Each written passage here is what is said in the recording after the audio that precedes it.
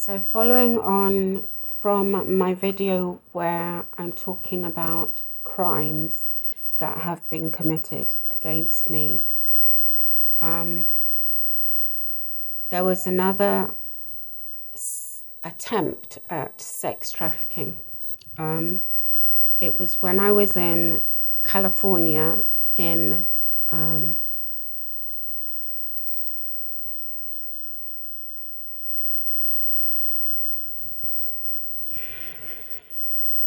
it was the lower half of California. It was just north of San Diego, but inland a little bit. And there was a reservoir near there. I can probably get the name of this place. I've got a feeling it was called Pueblo or something. It had a Spanish name. Now I had put into Google that because I was looking for a toilet, I needed a toilet. And it had taken me to this abandoned, or not abandoned, but closed RV park. Very strange. And I kind of drove in and immediately realized, oh, I don't like this. Where's it taking me,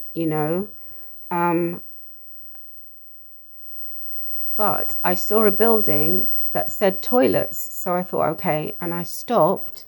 And immediately this man came out and he told me his name was Alfredo. And that he was looking after that place. And he asked me, why, he was like, what can I do for you? And I said, actually, I was looking for a toilet and Google said there is one. Now, he opened up the toilets for me and let me go in there. But I now know that that was a setup. Okay, that was a setup. And I saw a car, a white, like a sports car. And I saw him speaking to the driver of that sports car. And how do I explain this? Like, I'm saying that again, aren't I? How do I explain this? It's because they're wiping my memory. Okay. I know this was a setup. All right. And I'll tell you how I know. Because when I came out of the toilet, he said, look, if you've got nowhere to stay, why don't you come and stay at the house with me? I've just got this job. The park isn't open yet. And I've got empty rooms and I'm not there all day because I'm at work. I mean, it's a setup, right? So and I knew that I probably shouldn't have said yes.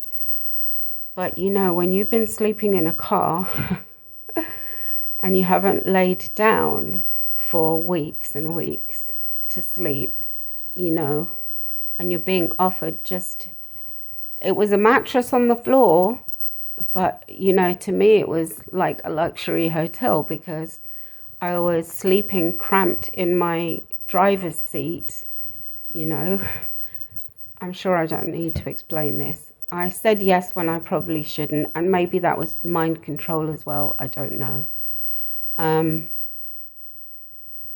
But it was a setup, and I found in the room, I found a hidden camera inside it was inside like one of those fake old-fashioned wood stoves, It wasn't a real one, it was an electric one, but it was made to look like an old-fashioned wood stove.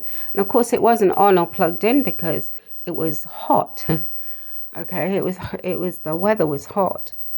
But it was inside there, and I have taken photos of that. I have the evidence of that. But another thing that happened was that this guy, Alfredo, who spoke English and Spanish, by the way, but Spanish better than English, he stole my iPad, I had an iPad mini, and he took it, and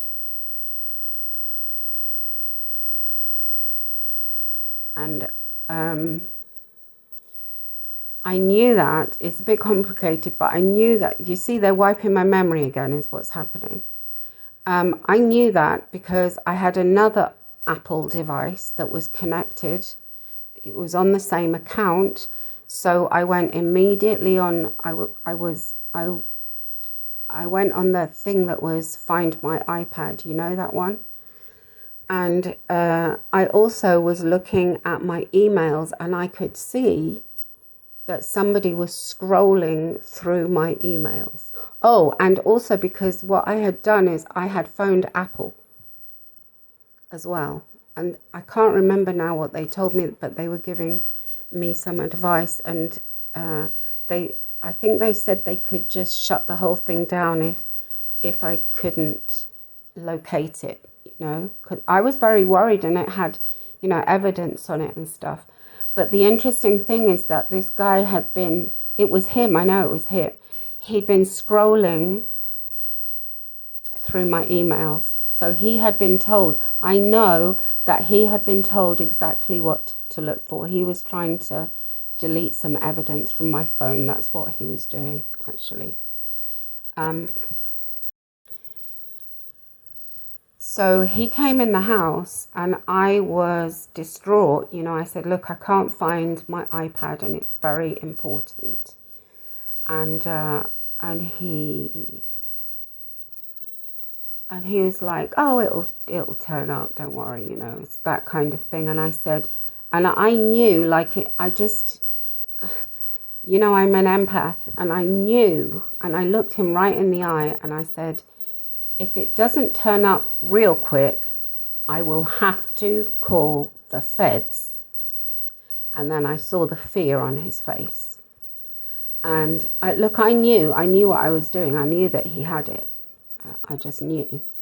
And then just literally about an hour later, he walked in and said, oh, look what I found, and gave me my iPad. He said, oh, it was out there on the step. Didn't you see it? Oh, no, it was not out there on the step, because I had looked everywhere, okay? And then I saw that the white